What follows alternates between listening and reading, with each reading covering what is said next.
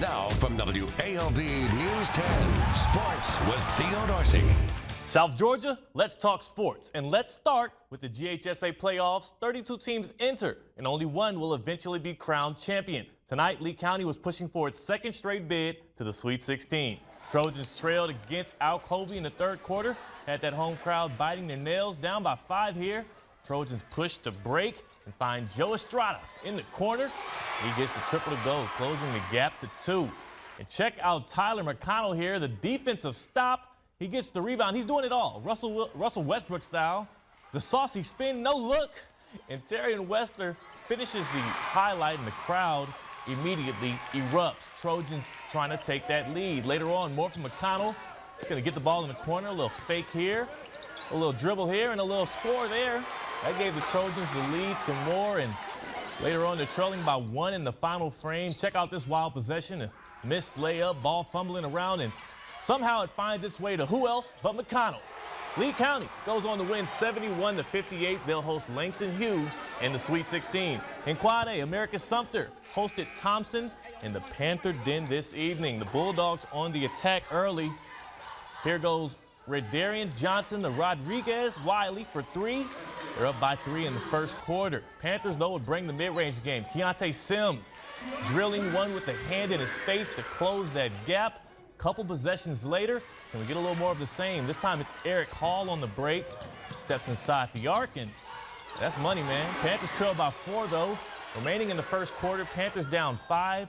Travion Brown uses the give and go, and that's too easy, man. They practiced that, and that's why it worked out. But nothing would come easy later on for the Panthers tonight as they fell at home to Thompson 67-62. Americus Sumter's season ends in an overtime loss. In the Quad A playoffs, Monroe was out in Savannah taking on Johnson. The Tornadoes would catch no breaks. Check out that athletic block. It just grabs the ball at the rim. Blocked by Leak Bowles, and the Astros smashes push to break. That was Shamar Jones on the finish. Monroe put up a fight, though, on the road. There goes Jordan Taylor. He was part of that playoff run last year by the Tornadoes, getting the bucket. And then, of course, Ulysses Williams for the triple. But it wouldn't be enough. The Tornadoes were eliminated 65-52. Johnson advances to the Sweet 16.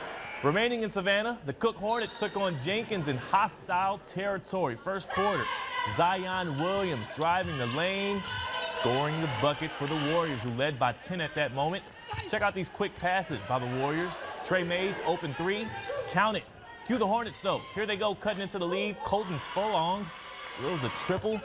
Warriors were too much, though. Check out Miles Walker driving to the hoop, up and under, scores it off the glass.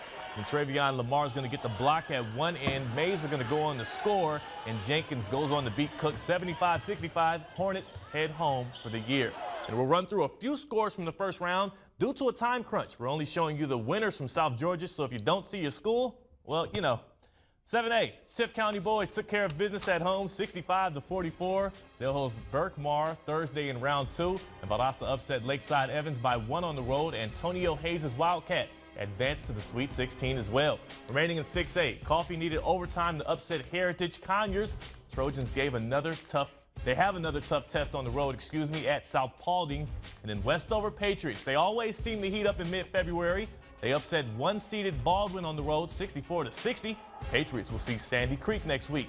Down to AA, Thomasville dominated Bleckley County at home, 59-41. Bulldogs will travel to Chattooga next week. And the region champion Early County Bobcats defeated Southwest Macon 63-48. Now, for all of the area team scores, check out that sports page online at WALB.com. Over to GISA, Region 3 AAA wrapped up its tournament this evening, and Brookwood tried for the sweep. Unfortunately, the Warriors would go 0-2. Deerfield won the boys' title, its 3rd consecutive region championship for the Knights, and Tift area defeated Brookwood for the girls' championship. The GISA playoffs start on Tuesday. Now, Albany State hosted its fierce rival, Fort Valley, for homecoming, and let's just say it wasn't a hard sell for fans. A packed-out Hyper Gym for senior day, and of course, Moultrie native Devontae Ward was honored before the game. But during the game, the Rams had a hard time stopping that Wildcats offense down low. That's Chris Bell with the righty hook. That was good to go. Later again, it worked once, it'll work again. Bell with the right hand. Wildcats with the lead.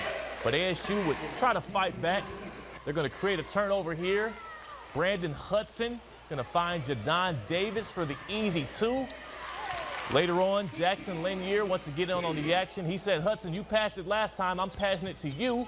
And Hudson gonna finish. Fort Valley State, though, would finish off Albany State 87-65 in this one, as the men will still be locked into that 6th seed in the conference tournament.